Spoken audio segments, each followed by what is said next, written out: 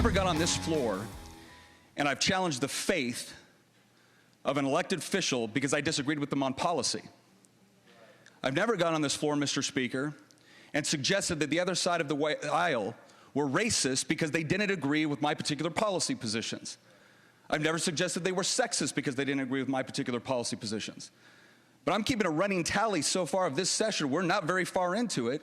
And almost every day, someone on the other side of the aisle either gets up and either subtly or comes right out and suggests that if you don't agree with them on policy, well, then you're not a Christian. You're a sexist. You're a bigot. You're a racist. But the moment someone actually stands up and says, wait a second, no, I'm not going to accept that.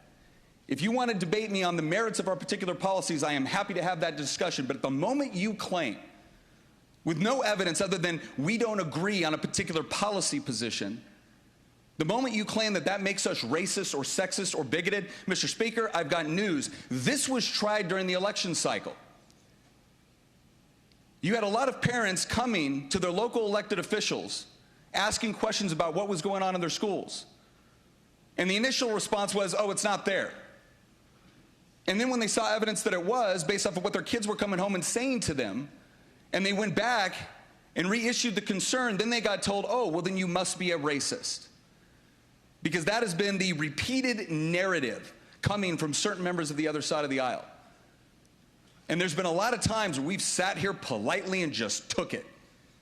Mr. Speaker, not this time. I'm tired of it. My constituents are tired of it. Because when these claims are made, they're not just made against Governor Youngkin, they're not just made against us. They are made in part against the people that elected to send us here. And I don't know a single person in this chamber that I would define as racist or sexist or bigoted. We have very different ideas about how to get to particular end states where all Virginians can be happy, healthy, prosperous, and free.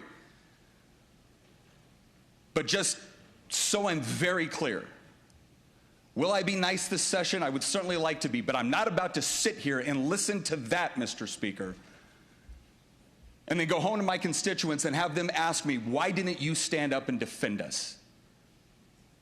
So let's have a robust policy discussion. But if you're going to question the faith or the intentions of anybody that happens to disagree with you on policy, then you don't get to lecture us on compassion, tolerance, or an open debate. Thank you, Mr. Speaker. Now, as you can see, I was a little bit upset. In fact, a lot of people that have watched this video have said, hey, I saw the microphone shaking. It's like, yeah, that's right, because I didn't show up that day prepared to give remarks on something like this. We were all witnessing this take place, and I was mad. I was really angry. And a lot of people have kind of assumed that, okay, well, yeah, you were angry because he's sitting there, he's insulting you. No, that's not why I was angry. Yeah, that's frustrating. Yeah, that's nobody likes to hear that.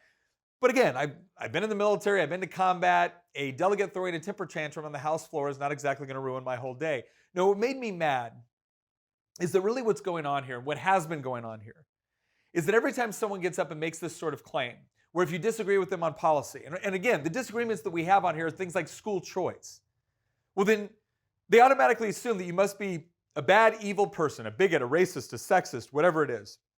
And they're not just accusing us of that. It's not like this is a personal attack on me. This is an attack on everyone that voted for me, everyone that expects me to come here and advocate on behalf of their principles, their beliefs, and their ideals. And the sort of tactics that Delegate Scott were using was not meant to foster a debate, a discussion, or a civil dialogue. It was meant to shut down debate. It's the idea that if you don't agree with the progressive policy position, then you must be a bad person, right? The only explanation for why you don't agree with more taxes, more government control, more government manipulation of curriculum within our schools is because you're a racist, you're a bad person. And quite frankly, I'm tired of it. My constituents are tired of it. And that's what I was trying to articulate in that floor speech and sending a very strong message that we're not going to take it anymore. That there may have been times where we sat back and said, okay, they're venting or whatever it is. We kind of treated our colleagues that engaged in this sort of tactic as we're just going to blow it off and we're going to take the high ground. Well, guess what? The high ground is not sitting by while someone insults your constituents. The high ground is not standing by while someone maligns, slanders, and lies about what you believe and why you believe it. And at this point, I think it's time for all of us to start standing up and saying, we're not going to take this anymore. If you want to have a civil policy discussion, we can have that. We're open to that. We want that. We want multiple perspectives, looking at the various problems that we have in society and discussing the various ideas that we can put forth in order to better, to make everybody healthy, happy, healthy, prosperous, and free. But if the moment I disagree with you, you're going to automatically assume or imply or come right out and say that I'm a bad person without giving any evidence of bigotry, sexism, or racism, but just asserting it because I don't necessarily agree with your approach to the problem, you need to be on notice. That's not happening anymore. I mean, you can do it, but if you think we're going to sit back and take it, you're wrong. We're not. We're going to come back. We're going to articulate what our position is. We're going to expose the tactics that you're using exactly for what it is, because really what it is, it's a bullying tactic.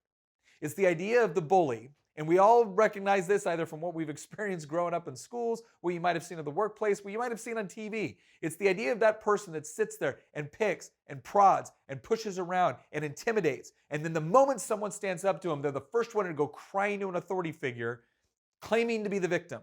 Well, you're not. You're not the victim. You're being a bully. If you engage in this sort of tactics, you're being a bully. You are trying to shut down debate, not foster it. You are trying to attack the person rather than trying to actually have a robust policy discussion. And that's over. You want to do that? Do it by yourself, because we're not putting up with it anymore, and we're going to treat you like the bully that you are.